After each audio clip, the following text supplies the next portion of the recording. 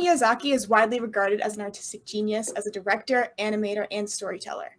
When he and fellow filmmakers Takahata Asao and Suzuki Toshio teamed up to form a studio together, Studio Ghibli was born, a widely beloved and highly influential studio.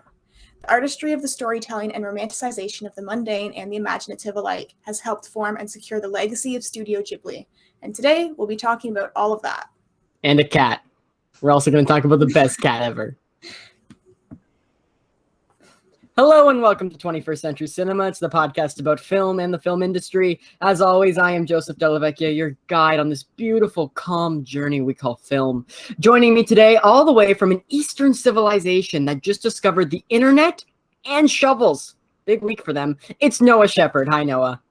Hey, I've been on like 15 episodes at this point. If I wasn't using the internet, what the fuck was I using?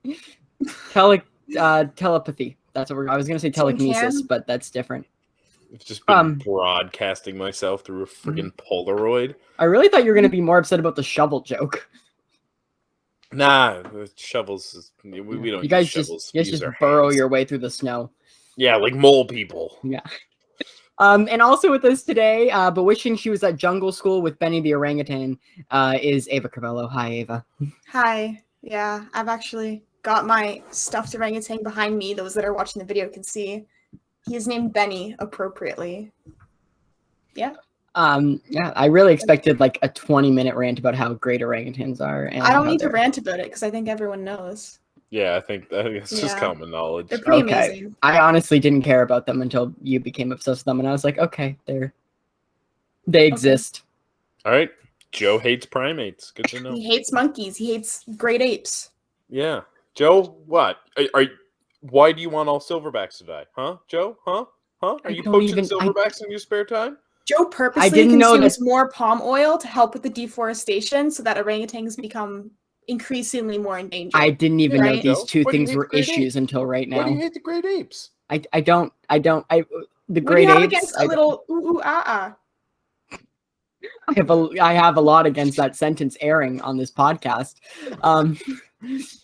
Today we're going to talk about Studio Ghibli. For those who don't know, Studio Ghibli is a Japanese animation studio responsible for many beloved anime movies. The studio was founded in 1985 by directors Hayao Miyazaki, Isao Takahata, and producer Toshio Suzuki after the successful performance of Top Crafts, Nausicaa of the Valley of the Wind. 5 of the studios. I'm going to get an angry note from Jamie Rabanel after this. For the pronunciation of that? Yeah. Mm-hmm. I think just Nausicaa, isn't it? It could be. I don't know, man. Okay, well, 5 of the studio's films are among the 10 highest grossing anime feature films made in Japan, with Spirited Away being number 2, grossing over $380 million in the worldwide box office. The name Ghibli was chosen by Miyazaki from the Italian noun Ghibli, which is a hot, dust-bearing wind of the North African desert. I'm Italian and I didn't know that. The idea being that the studio would blow a new wind through the anime industry. Miyazaki has been in the film industry for long, since before the creation of Studio Ghibli. His second feature film in 1986 was badly edited for the release in the US. It was given the title Warriors of the Wind, and after that he didn't want any of his films to be released in the West, like anywhere in the West, for many years. However, in 1996, Disney reached a deal to distribute Studio Ghibli's film under the condition no editing was to take place, and it was just the next year that Princess Mononoke was released and was a massive hit. Some of the Disney versions even have notable differences in characters than the original Japanese versions. More on that later. The studio has many famous films that we will be talking about today, but their most popular one is Spirited Away. A film that tells the story of a 10-year-old girl who discovers a magical world in an abandoned theme park with her parents. But after her parents return into pigs, she survives as a maid in this magical world's hotel until she can free herself and her parents.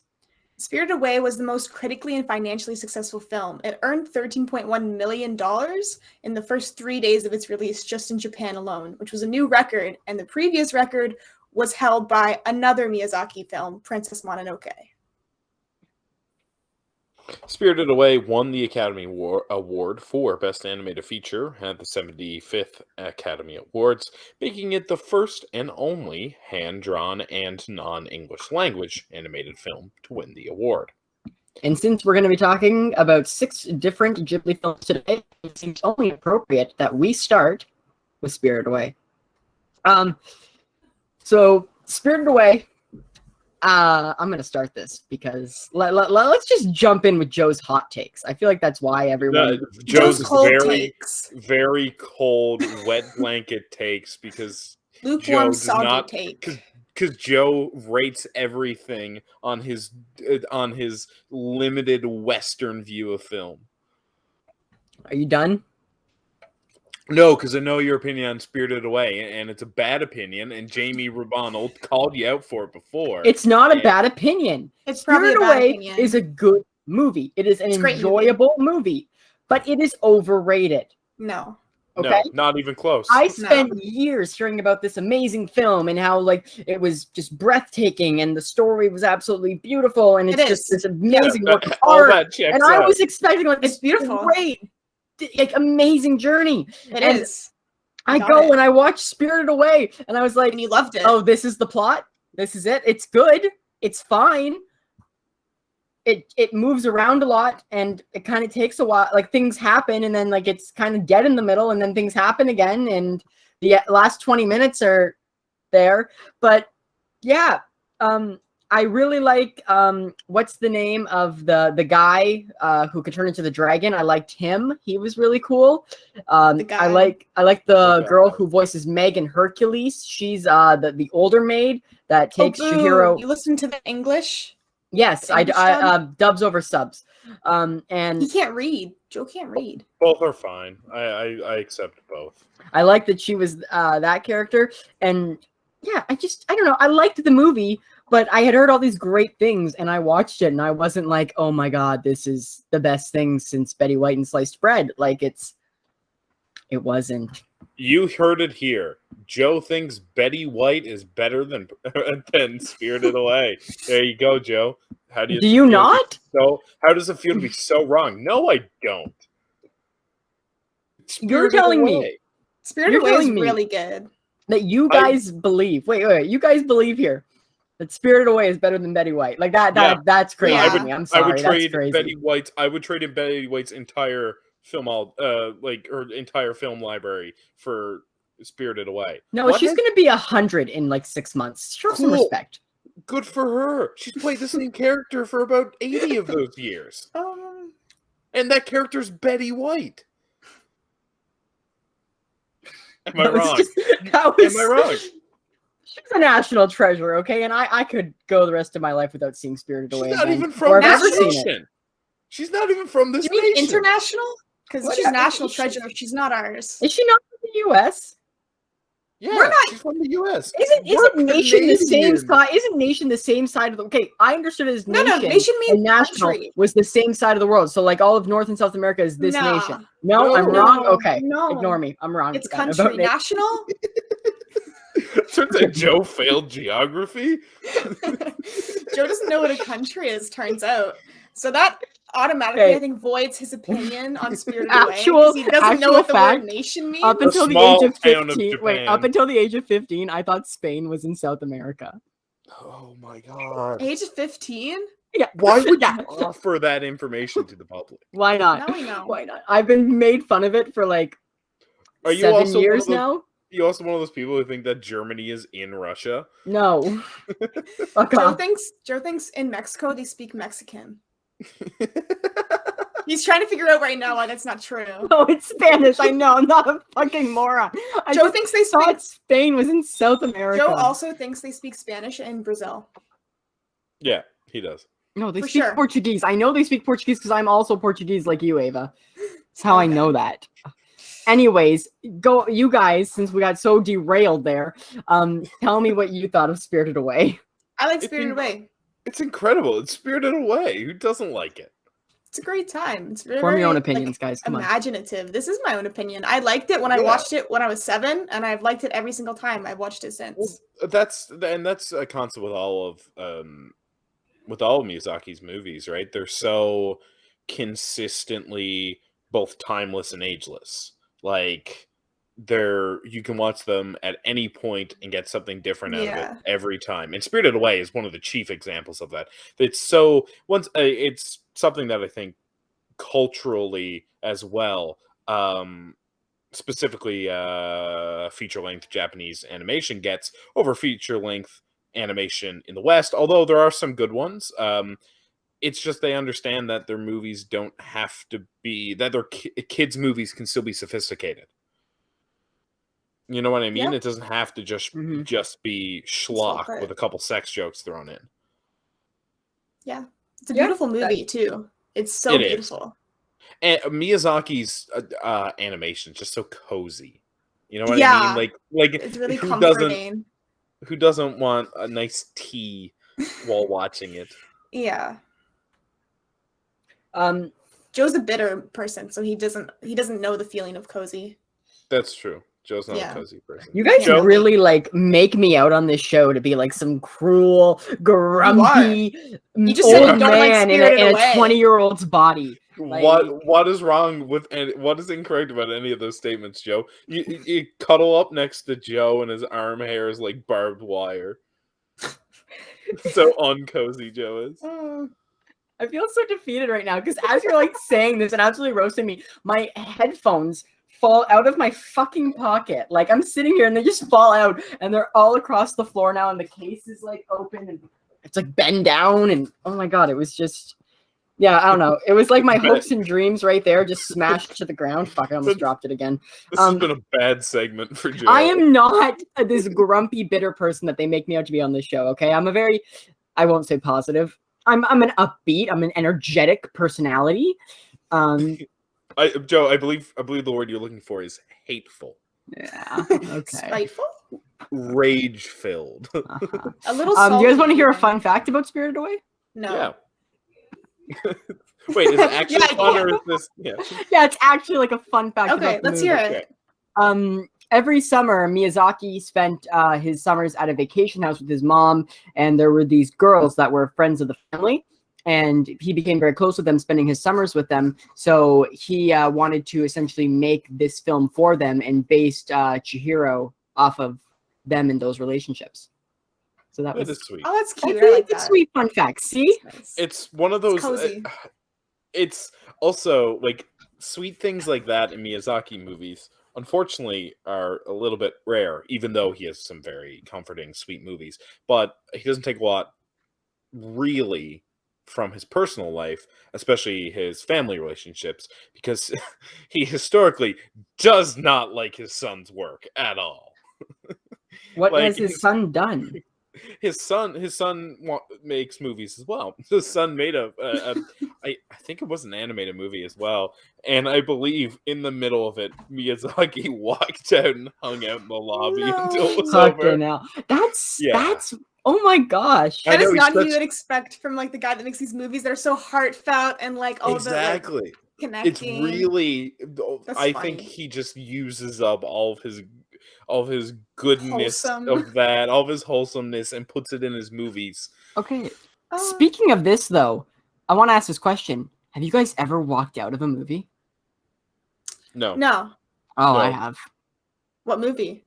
The last Jason Bourne movie. I was forced to see that, and I watched the first 15 minutes, was like, fuck no, and I got up and I fucking left and hung out in the lobby because we were seeing 2 films, and then after that we were seeing Kubo, so I just fucking hung out. And I was working at the theater at that time, so I actually then went and got coffee with my manager, and then I came back and I watched Kubo. And the people I were with were not happy about it, but I was like, I wasn't gonna fucking watch that movie. Joe, you went there with them. It was bad, and the first opening scene made me freaking motion sick. That's how bad the camera was. Oh my god, no. Fucking hell. But were the people you were with, were they bad?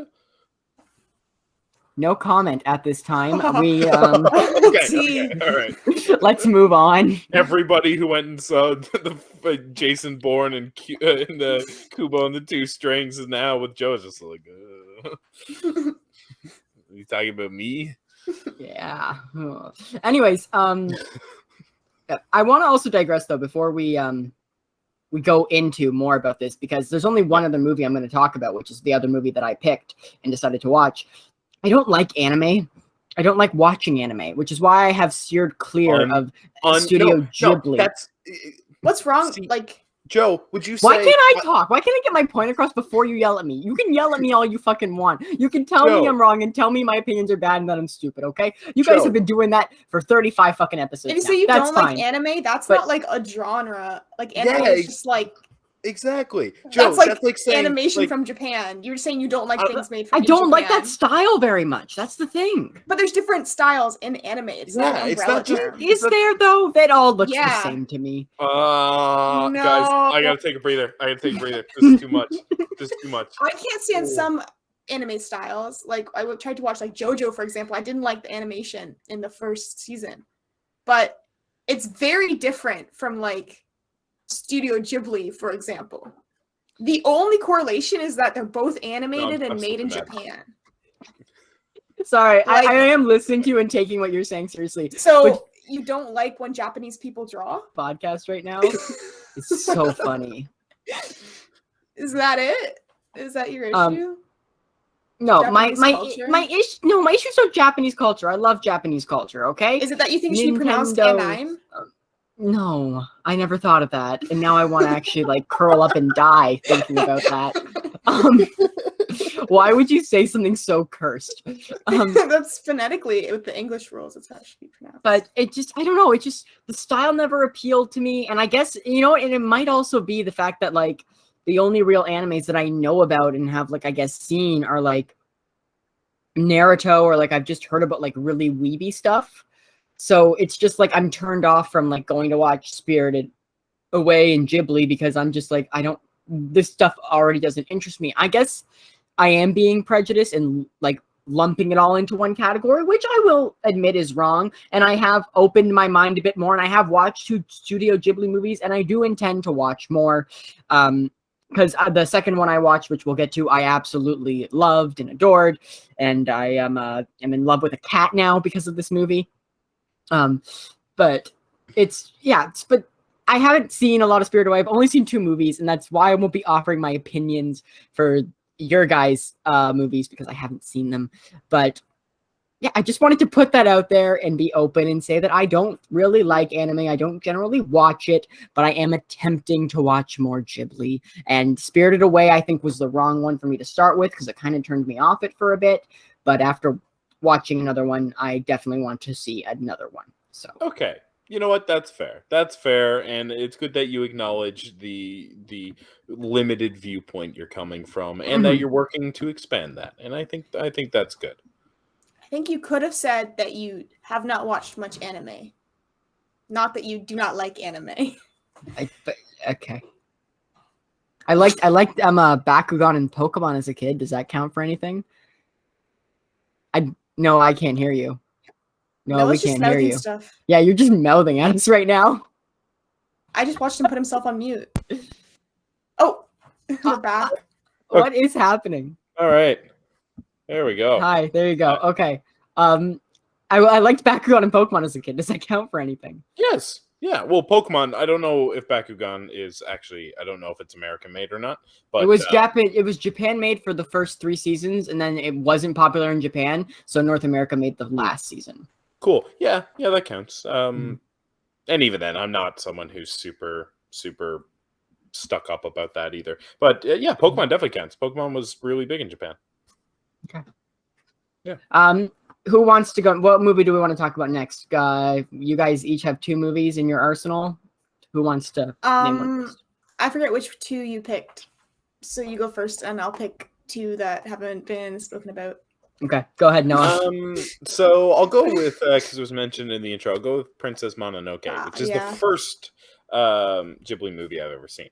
That was the first one I did, and I had to do it as part of class, and it was a villains class, which is really fitting because Princess Mononoke, and the reason it's been acknowledged for this at all, is one of the most sophisticated portrayals of a villain just in general media. And that's Lady Eboshi, who is just very a complex character where it's very clear that it's human. It's like a human with goals and beliefs and is trying to do the right thing, and they believe they're doing the right thing. As well with this movie, there is, of course, a very, very heavy environmentalist message, which is beautifully done. One thing that Miyazaki is incredible at is taking these wider issues that he's passionate about and that he believes in, and being able to sew them into his movies without it being distracting, without it feeling preachy, just a very well told story that also has a deeper message that the viewer can come away with. Princess Mononoke, I believe we said in the intro, right? It's one of the first to come over, and if not the first. And they do a good job of, if you've seen the dub or the sub, the dub does a good job of keeping the spirit of the original while still being able to make it more palatable to more ignorant Western audiences, while it's still like, it's just one of those things that's so well written and well planned out and just so solid conceptually as well that it transcends any language. Yeah. That's my essay on Princess Mononoke. I love Princess Mononoke. It's probably my favorite Studio Ghibli film. I think it was the first one I watched like when I was older and not as a kid. Yeah. Went back to it. Yeah. Very good. Joe, you should watch it. Actually, I think the next one I'm gonna like watch. that one. I think the next one I'm gonna watch is Howl's Moving Castle, but I'll put Mononoke as my fourth. That's the other one I'm gonna speak about. So I also feel like Mononoke is probably one of the most mature ones, I would say. Like, I would not say that's like a kid's movie, little graphic, but yeah, I agree with you there. It definitely is one of the more like on the darker side and the more complex, and it's very well. One of the things is one of the whole selling points of the movie is it's so complex morally that it takes a little bit more thinking to be able to analyze it properly. Ava, do you want to give us one of yours that you picked? Sorry, what was the other one you said you picked, Noah? Howls. Okay, I can talk about My Neighbor Totoro. That was my like favorite movie as a kid. I loved that movie so much that there was something about it, just like this otherworldliness that just drew me in as a kid, and it really felt so like realistic and just made little things seem so romanticized and enjoyable. That's in all the movies, but like I noticed it so strongly in this one, while still being so like fantastic, like the fantasy aspect of it. It's just very cute and wholesome. Yeah, and that's a movie I could just always rewatch, have it on in the background. Have you guys seen it? Well, Totoro it's impossible to feel bad while watching it. Yeah. It is the coziest movie in history. And also shout out to Ghibli food. Holy shit. Oh, it looks so good. Oh my god. Yeah. But Totoro is just Totoro is so huge. Like that one specifically is one that I knew about as a kid before I'd watched any of it, before I know what Studio Ghibli was. Like Totoro was always there. And just like the whole like half of Japan now associate cats with buses because of Totoro.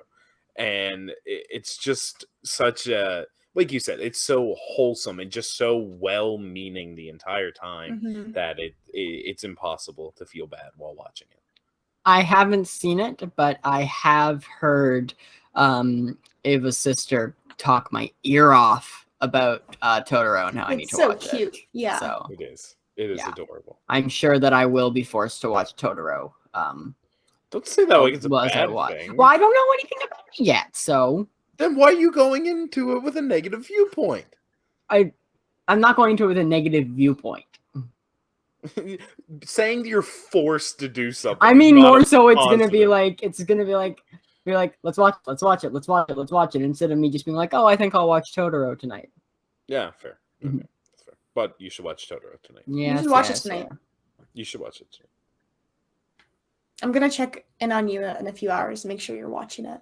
Yeah, I'm not going to tonight. I had a very long day, and I don't feel like using brain power. And if I am watching Totoro, Actually, it's going underneath the other ones. Totoro is like it's like the best movie to watch while you're brain tired and worn out from a long day of work. Don't you Yeah. need childhood whimsy back in your life? Actually, you do work for a comic book company. You're doing pretty good. Yeah.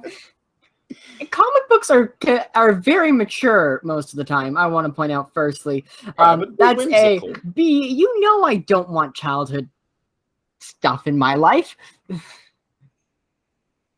I'm just analyzing your room. One sec. What's wrong Joe. with my room? Okay, No, that is decorated by Katie. That is not. And it's me, amazing. Okay? It is. It's awesome. amazing. Listen, I got a Lego shelf right over there. I'm not knocking it at all. Everybody needs childhood whimsy. No, I do have some fun things on my bookshelf though. I have a sword. It's from Kill Bill. Cool. Yeah. Yeah, Anyways, that's back awesome. on point. Do we want to talk about my next one already? Do we want to Yeah. say? Okay. Let's go for it, Joseph. All right, I'll we're headbutt gonna you if talk. you have a bad opinion about it. We're gonna talk about Kiki's Delivery Service. This is one where I essentially saw the plot of the movie, which was this witch in training goes off to be a witch, and she has to go and find a town for a year to like train and learn and everything. And I was like, wow, this is gonna just be wholesome and boring and just sappy, isn't it? And that was my mindset going in. And oh my gosh. Guys, not only did I really enjoy this movie, not only is it a lovely coming-of-age film, but Gigi the fucking cat. This cat is me. It's just this little, small cat that's just grumpy and sarcastic and witty, and I was like, oh, I love this cat. I love this cat so, so much. While we were watching it, Katie turned to me like 5 times and was like, you're Gigi. And I'm like, yeah, no, I am. 100%. Noah saw it. I tweeted out that Gigi is now my spirit animal. I never thought I'd have a spirit animal, but it's Gigi the Black Cat. I love Gigi the Black Cat. And I also have some fun facts about Kiki's Delivery Service to share, which I also learned some heartbreaking things about Gigi. But Kiki's Delivery Service is such a fun movie. And if you know me, you know I'm a sucker for a coming of age film. They're some of my favorite movies. So this was really in tone with that. I think really my only complaint, and when I did research into the movie, I realized why it's my complaint. So my only complaint was I felt that at the end of the movie, you know, everything just kind of gets like wrapped up too quickly. Like we don't really see like, you know, the end of her training or what happens with her. And she's suddenly all friends with the neighbor kids and everything, which, you know, it wasn't really like the main point of the movie. So whatever. But my big thing was that at the end, at a point in the movie, Kiki can no longer communicate with Gigi, so she is losing her powers. And then at the end, when she gets them back, we see Gigi run up to her and like try and talk to her, but that's it. Like we know that she can talk to him again, and that's it. That's all. What I hated, I was like, oh, you know, I love Gigi so much. We didn't really see like this beautiful relationship that they had. Like, you know, now they're back together and they can understand each other again. It's just like this half-second moment. What I found out is that moment is added by Disney. Disney actually changed the entire character of Gigi. Gigi was more of a cautious and immature character in the Japanese version. And that's because they said that it was because Gigi was supposed to represent the more immature side of Kiki. So Kiki essentially, by no longer hearing Gigi, shows that she's outgrown that more immature side of herself. And in the Japanese version, she actually is never able to communicate with Gigi again, which breaks my heart. But it explains my biggest gripe with the movie. It explains it. It's Disney just adding in a nice little bow at the end, which you can like, you can dislike, take it or leave it, you know? But did you guys know that there are 2 English versions of Kiki's Delivery Service? I didn't know that. No. So originally, Kiki's Delivery Service was adapted by Streamline Pictures at the request of Tokuma Shoten for Japan Airlines international flights. So essentially, when you were on the flight back in like I think it was the 90s, one of the movies you could watch was Kiki's Delivery Service in English, and it was done by this much lesser known voice cast. Mm-hmm.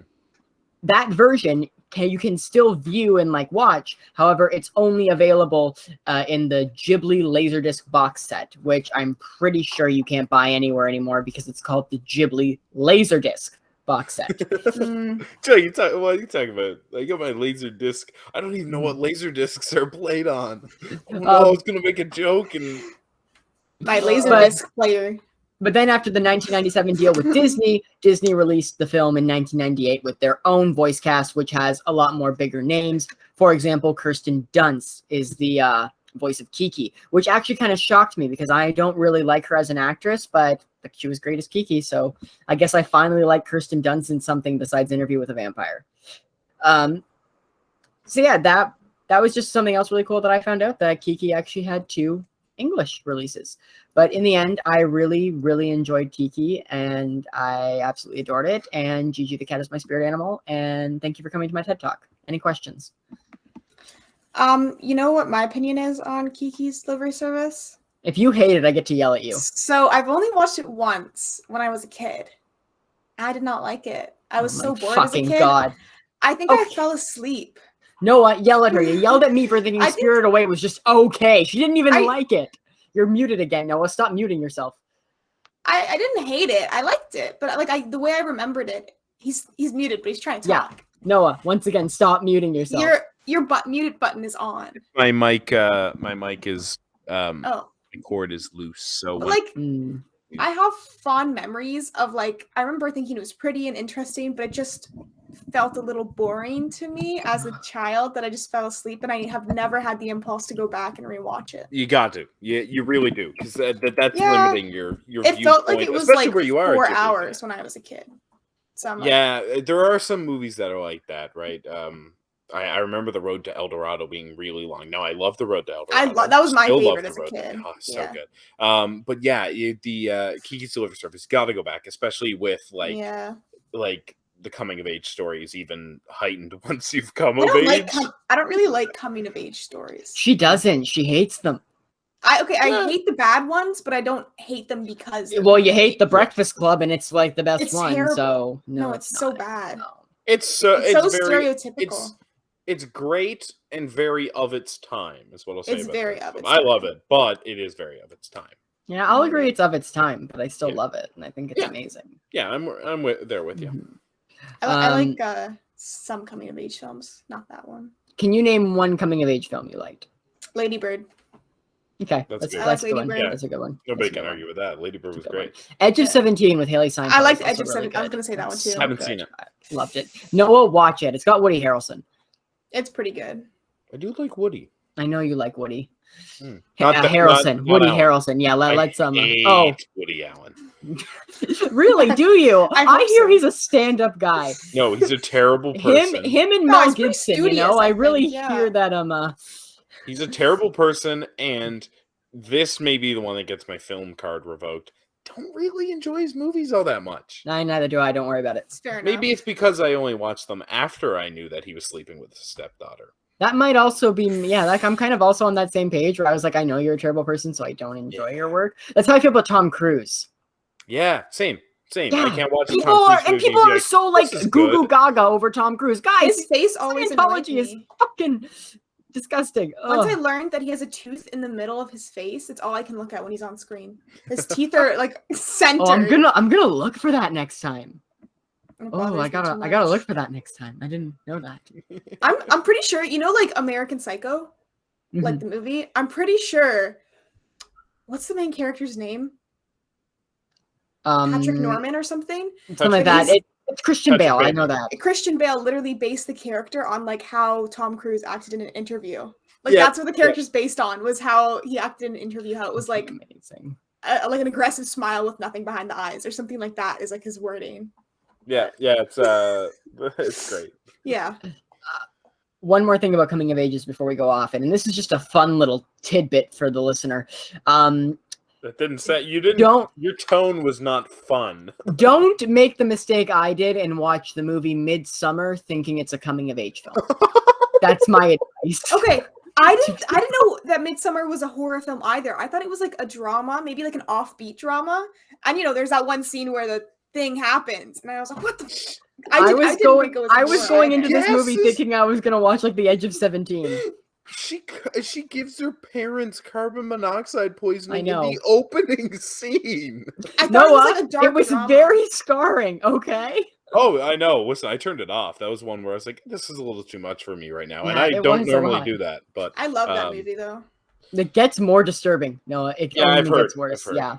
I've heard that if you really want to destroy yourself and actually be able to watch it, you need to watch Hereditary first because that's much I more haven't watched disturbing. Hereditary. They're both by Ari Aster. I love Hereditary also. His like the short Ari Aster's like short films are also equally, I would say, way more actually disturbing because they weren't like put out in public. He just released them, so they're like not regulated. So they're really terrible. I go to the movies to escape. I watch films to escape. Nothing about those films is escapey. You know, Why do you have like a Swedish cult in your normal life also? No, I just it's so over the fucking top. And I guess, we've been complaining for years that horror films aren't great anymore and they're out of ideas and they're also repetitive. And then they come out with like this new age of horror that started with Jordan Peele. And it started off very strong with Get Out. But now it's just so over the top. It's Midsummer's a really good movie. You can't just call it over the top. It's not over the top like most horror. It's just the stuff in it. Different. Like I have a hard time liking that yeah. movie and saying that movie is good because I just keep thinking about like just the content in that fucking movie. It's disturbing. That's all. I don't know why we're on Midsummer. I do, but like let's move on. Kiki's Delivery Service is amazing. If you haven't watched it, go watch it. If you don't like it, hit me up on Twitter and I'll fucking fight you and spam you pictures and gifs of Gigi the cat. Okay? That's my stance. Noah, let's talk about Howl's Moving Castle. Howl's Moving Castle. It is the second one I saw. I know I'm holding up 4 fingers, but it is the second one I saw. It is a personal favorite. I believe it's her favorite of my brother's girlfriend. So we were all at my house for Christmas, and we decided we wanted a really cozy movie, and that's the one we picked. I had not seen it, and I have fallen in love with it so drastically. It is a just beautiful movie. It's even like I watched the English version first, and Billy Crystal is in it, and it's just every aspect about it. It's funny, it's cozy, it's heartfelt, it's thought-provoking. It's just an absolute masterpiece. It's beautiful to look at. It's ingenuitive. It's very like there's new ideas and new concepts that just absolutely across the board one of my favorite movies, just period. And that's especially the character of Howl, this mischievous wizard who also it's a very cool interpretation of the wizard archetype, and who has these otherworldly powers, but has also wronged people in his past, but has brought a lot of people so much good, and also is mixed up in the modern world of war because he has so much power, but wants to escape it, but wants to help, but it's destroying him on the inside. It's just a beautiful, beautiful movie, and obviously it's tough to talk about it without talking about its pacifist message. And Miyazaki is very, very strongly anti-war, and that definitely comes through in Howl's Moving Castle, and it's one of the best explanations and one of the best visual and auditory and conceptual and written, all of it is just such a incredible way to communicate his message that it's lands every time you watch it in a different way, and it just an absolutely beautiful movie. Yeah. Do you have anything to add, Ava? I don't know if you've seen it. No, I've seen it. but also a while ago. But I really loved it, and I really loved the like cooking scene. Is like permanently imprinted into my memory as like I wanted to just eat it so bad. And that's the other thing too, right? Like, it's not all this serious, deep message stuff. It's fun. It's just, it's quirky. It's got the quick dialogue. It's just really, if you haven't seen it, and Joe, I know you haven't, you are doing yourself a disservice not watching it, because it's an absolutely great movie. And I think you'll love Billy Crystal's character. Okay. And Ava, you're going to take us home. What's your other movie you want to talk about? Ponyo. Ooh. Ponyo is it's their third highest grossing film. Yeah, so Ponyo, it's so cute. Ponyo is actually the one that I can remember it coming out. Like, I can remember seeing previews for Ponyo and knowing that's the first time I really was able to form that Studio Ghibli is a thing, was with Ponyo. Yeah, it was like 2008, 2009, I think. I think so, yeah. But yeah, I love Ponyo. It has a good message. You can probably call that a coming-of-age story too, Joe, right up your alley, right? Ponyo becomes Ponyo instead of what her name was at the beginning, which I forget. But yeah, it's very cute. It's a movie about friendship.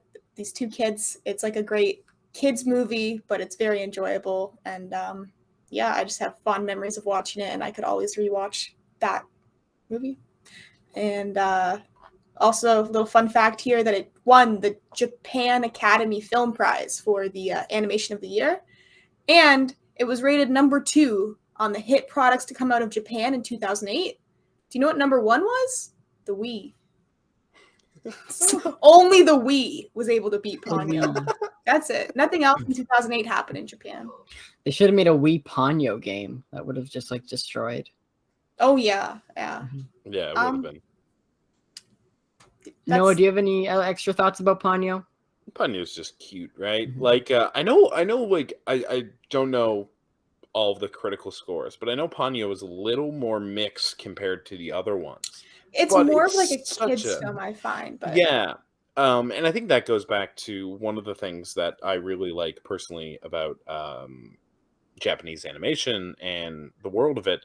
It's a lot of Japanese, whether like anime and animation and even their live action stuff, a lot of it is so does away with the Western notion of this has to be made for a demographic, which I really like. Like, especially Studio Ghibli Miyazaki movies, you can watch them at any age and they will consistently deliver.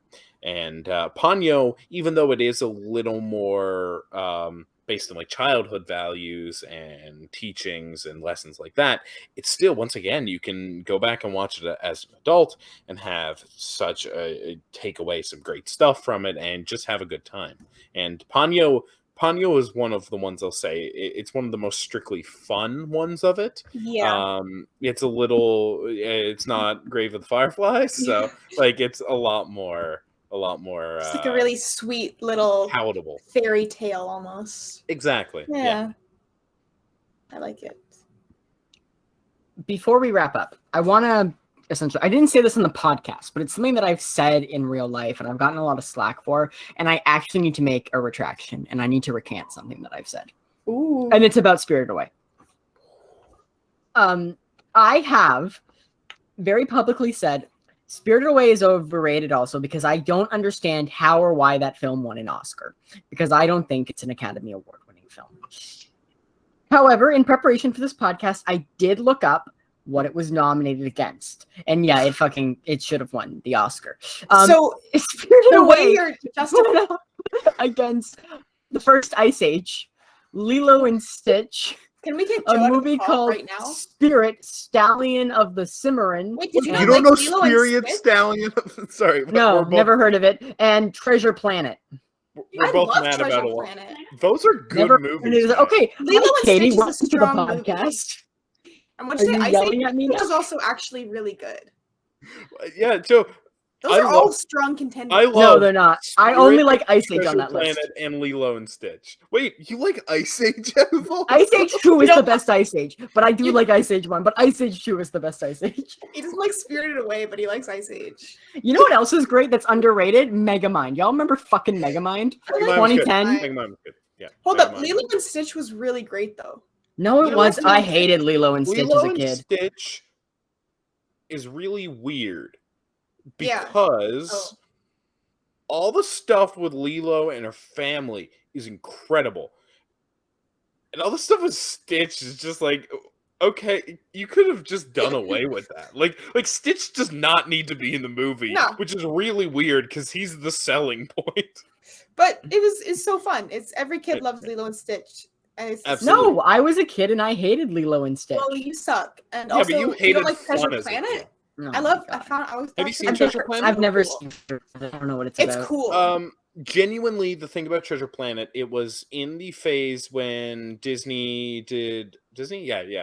I think Disney made Treasure They were Planet. taking their funding out of like traditionally drawn animation Yeah. to favor Yeah, CGI. exactly. They were. Is they were, that the one that's actually like a sci-fi and there's that robot? Yeah. Yeah, That- okay. that one specifically? Once it's just Treasure Island, but told as a sci-fi story.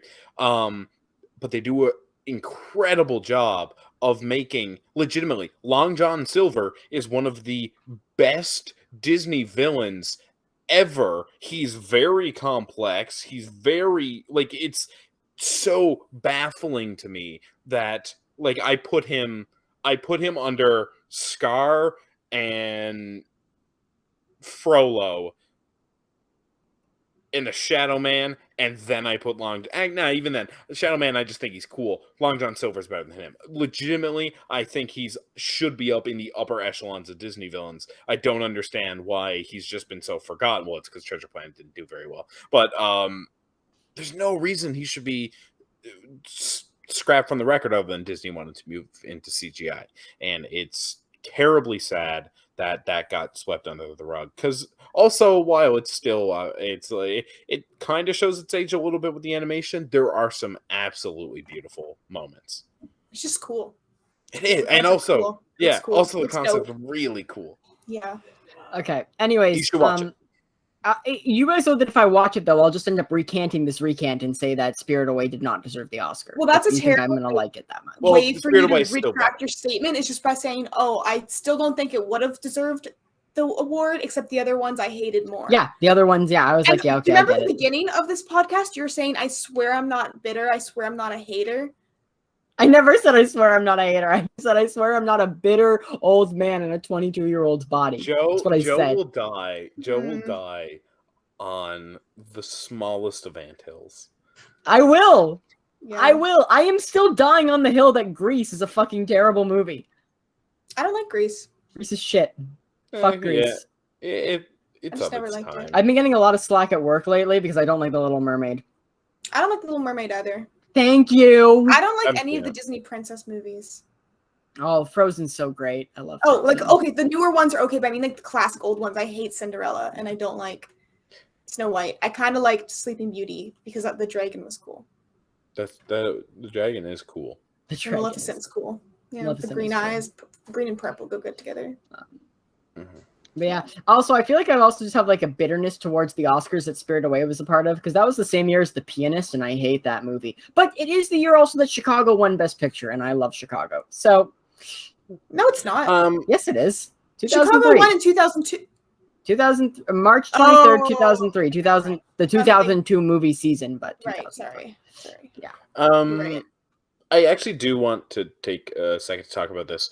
And that's all the time we have. Thank you. No! No, I'm kidding. Go ahead. No, go ahead. Me and my roommate / best friend Jared, we have this discussion all the time, which is, and I'm sure if Jamie Rabano was here, I'm mentioning him a lot, but it's tough to mention movies. He is the person I know the foremost expert on watching movies of different cultures. Yeah, whenever I watch a Ghibli or I think or I talk about Ghibli, I automatically just associate it with Jamie. Yeah. And I'm sure Jamie, I don't want to put words in his mouth, but I feel like we have a similar viewpoint on this.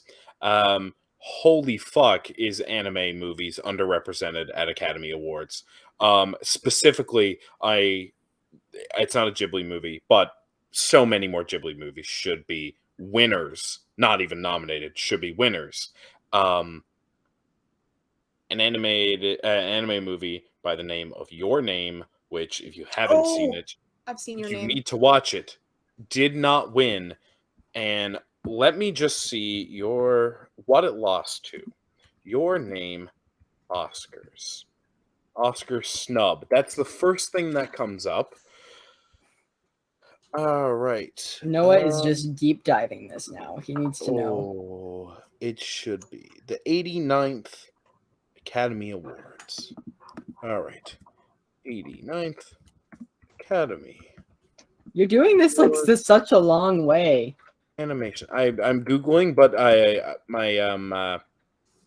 my microphone is on my keyboard. So it's very, very tough to type. All right. Gotcha. Animated. I forgot to animation. Okay. Okay. Academy Award for Best Animated Feature in. Where's it to? What? Where is it? Cool F. You're not having a good time here, are you? Fuck, was it not nominated? No, it was definitely nominated. I can't freaking remember. Best animated feature in that year, there were only 3 movies. It was I don't think it was Persepolis, nominated, but I think Surf's it Up, was- and Ratatouille won. I don't think it was nominated. It wasn't nominated. Yeah, I Noah. don't think it was Oscar. Thank you for taking us down this pointless rabbit hole. Well, no, It's a great this is movie. It even deserves to more. be nominated, and it deserved to win. So the fact it wasn't even nominated. Legitimately, Joe, go watch Your Name. If you decide that if you decide I hate anime and I'm never going to watch any of it again, watch Your Name before you make that decision, because a beautifully simple and complex story. But I'm using it right now. Anime has been so incredibly ignored by the Oscars. Just the fact that I know we have a lot of Disney payoffs and stuff, but the fact that not even nominations, not even acknowledgments, and this is also an issue of the Oscars being so aggressively Western, that it doesn't really celebrate the world of film. It celebrates the world of Western film plus the couple we like.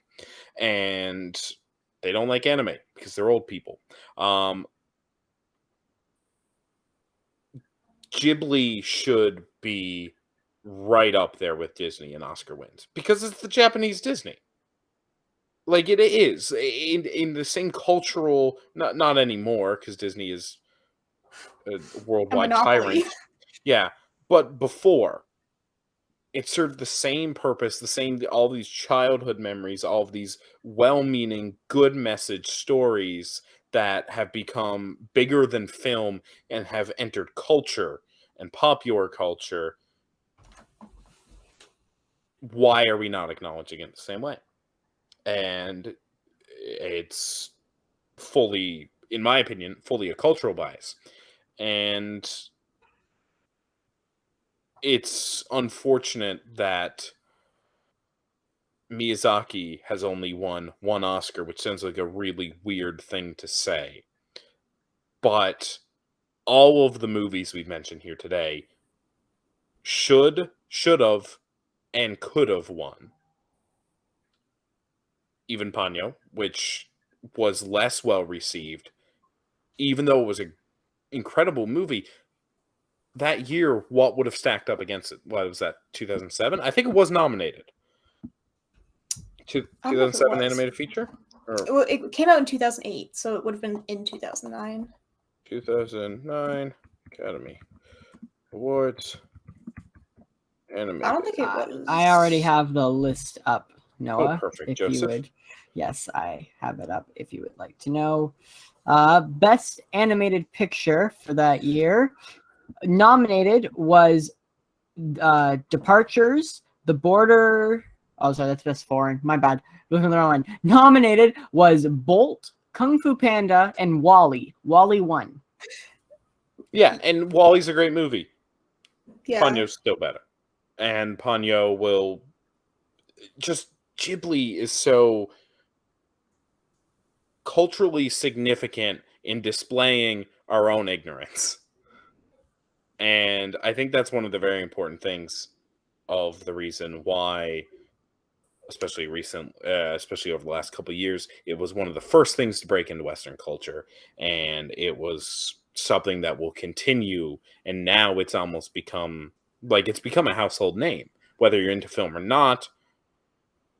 A lot of people know Studio Ghibli, and that is one of the greatest developments we've had in the 20th century of film. And the 21st century of cinema. You can catch more of these rants on Noah's new Soapbox podcast, where he lets viewers like you get up on a soapbox. But no, I do understand what you mean, Noah, and I am a bit inclined to agree with you. Ghibli is a big conglomerate, and there should be more recognition and more nominations, but also just in the Oscars in general. They don't like to show off any more foreign films, and we've had that talk before in most years on our Oscar special episodes. That's the end of my thoughts. Ava, anything to add? No. Okay. It's all been said. So I guess that wraps up our show for this month. Coming up ahead in October, we have a Halloween episode that's being planned by Noah Shepherd that I know absolutely nothing about. At the 1st of October, Joseph, you're going to get a list of horror movies. Oh, for fuck's sakes. The first one's Midsummer. Will watch. How many? We will talk about. How not many? Too many. I'm not going to take up all your time. Yeah, 4 or 5. I don't know. And I'm not going to shorten kill that you. list to 3. I'm not going to kill you with anything too extreme. There better be a Hitchcock in there, I swear to God. Sure. Yeah, Cool. We'll put a Hitchcock. Maybe I'll give you one from the past, like 5 decades or something. I'll figure those finer details out. But Joseph famously does not watch and does not like horror. So he's missing out on the spooky season. No, I just want to share that feeling of the good old spooky season with my good pal Joseph. So that's what we're going to do, buddy. We're going to watch them. We're going to come back. You can hate them. You can love them. That's what the fun of horror movies is. You can be scared. You can think they're boring. We're going to have fun. We're going to celebrate the spooky season. What's he doing? Does this cosplay helmet look like I don't participate in the spooky season? Like, come on. You don't need horror movies for the spooky season. Joe, have you watched Halloweentown, or is it too scary for you? My headset was off. Go again. The answer is yes. It's too scary for him. Halloweentown, have you seen it? Or is it too scary? Is that the one with the 3 witch people that were on? It was on Hocus Disney. Pocus. That's Hocus Pocus. I don't know. It was on Disney. I know that.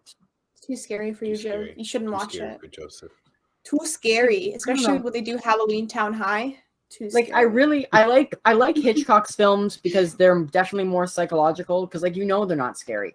I watched The Purge election year. I thought that was good. I liked that. I did not like that. No, I watched the first Purge. The third Purge. The first Purge sucks. I've seen the first Purge too. That was not good. Maybe, I think that might be the one I saw. But yeah, I don't know. Horror just doesn't capture me. I've seen The Nightmare Before Christmas. That's a. Have you seen film. Have you seen Tusk? Who? Everlasting. Tusk is a Kevin Smith adjacent film. Is it by Kevin Smith? So basically, I believe Kevin Smith is involved in this. I could be talking about my ass. Him and a bunch of his buddies were on a podcast and were just bullshitting film ideas. And one of the ideas they had is this disturbing film where this guy gets fucking surgically turned into a walrus, and it's fucking incredible in the worst way possible. Tusk is I'm not going to put Tusk on the list because apparently some people find the imagery really disturbing. It's pretty funny, but it's funny, but it is like very disturbing. Like there's something about it. Like so I'm not gonna kill you, Joseph, with the Tusk Walrus, but oh boy, is it a fun one. You should watch Hereditary. That should be on his list. Is Hereditary? But then I gotta watch Hereditary. I would say Midsummer is scarier than Hereditary. That's what I would say. I don't know, man. My girlfriend refuses to watch it with me because and I can't watch it alone. No, but there's so many funny jokes. You need to see the movie to be in on the jokes. I know everything that happens in Hereditary. Oh, then you're good. Except for the last 20 minutes. That's the worst part. Yeah, I know. Yeah. Because the person telling me about it didn't want to spoil it to me. Shout out to Jeff Smythe. He's a beautiful human being who I very much enjoy both the work opinions of. He was a coworker of mine. He has gone on to greener pastures now. But yes, we have had many a horror chat. And Joseph, I'm going to share the horror love with you, buddy. And you're going to take it. I believe I have no choice but to take this. Here's the real question. Are we inviting Noah Schaefer along for this ride? Absolutely. We're talking horror, right? Schaefer's got to be involved. We'll invite Schaefer on to be a part of that. In November, Jamie Rabanel is coming back to talk with us. He's got a really fun topic he wants to talk to us about. And then in December, we're going to... Sorry? What's the topic? He's told me. We'll talk about it. We're not announcing it. We'll announce it next month, but I'll tell you afterwards. Then in December, it's going to, of course, be our Q&A. Maybe we'll do a little trivia game again like last year. It's going to be our good old-fashioned season wrap-up. And then we come back in January with Oscar nominations, guys, provided they don't postpone the Oscars again. Maybe I'll actually watch some stuff this year. Yeah. What have I watched this year? Do you think The Suicide Squad's going to be nominated for anything? It has to be, right? The first one is an Academy Award-winning film. So I mean, the sequel... What else did I see this year? Oh, In the Heights, of course. And I could see that getting some nomination. Musical. Well, there's best musical / comedy. That's Golden Globes, not Oscars. Yeah, it's Globes. My bad. Well, for the Globes, they'll probably get. It'll definitely get best original song. Yeah, we don't do a Golden Globe segment. We just original song. We just reference the Globes a lot in our Oscar show. Adaptation. I think it still counts as best original song. Also, it does. I think it would be nominated for best. That's the Oscars, isn't it? Best adapted screenplay. Oh yeah. Yeah. It would get adapted screenplay. Yeah, but it could still qualify for original song because it's still Lin. Only if the song was written just for the movie. If it's from the musical, it doesn't get. No. Does it not? Really? No, because it might have won a Tony for it. Right there. You can't win a Tony and an Oscar for the same. I thought it had more to do with the creative rights than it did of those. New musical. That's what it's called. Gotcha. Interesting. Well, that wraps it up from us over here. Before we go and plug ourselves, we actually have another podcast that we wanted to tell you guys about. How to Survive the Modern World, or Gen X is Just a Fashion Statement, is a podcast where Andrew and Rob try to navigate modern life through pop culture trends and share their life experiences as Gen Xers. Want to listen to two nobodies prattle on and have a little fun?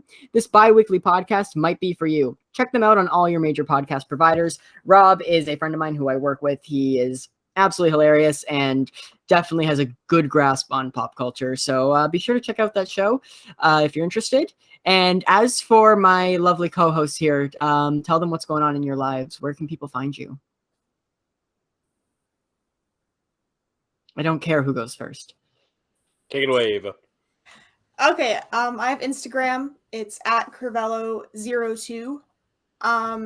That's it. Follow me on Instagram. That's all I have. Yeah.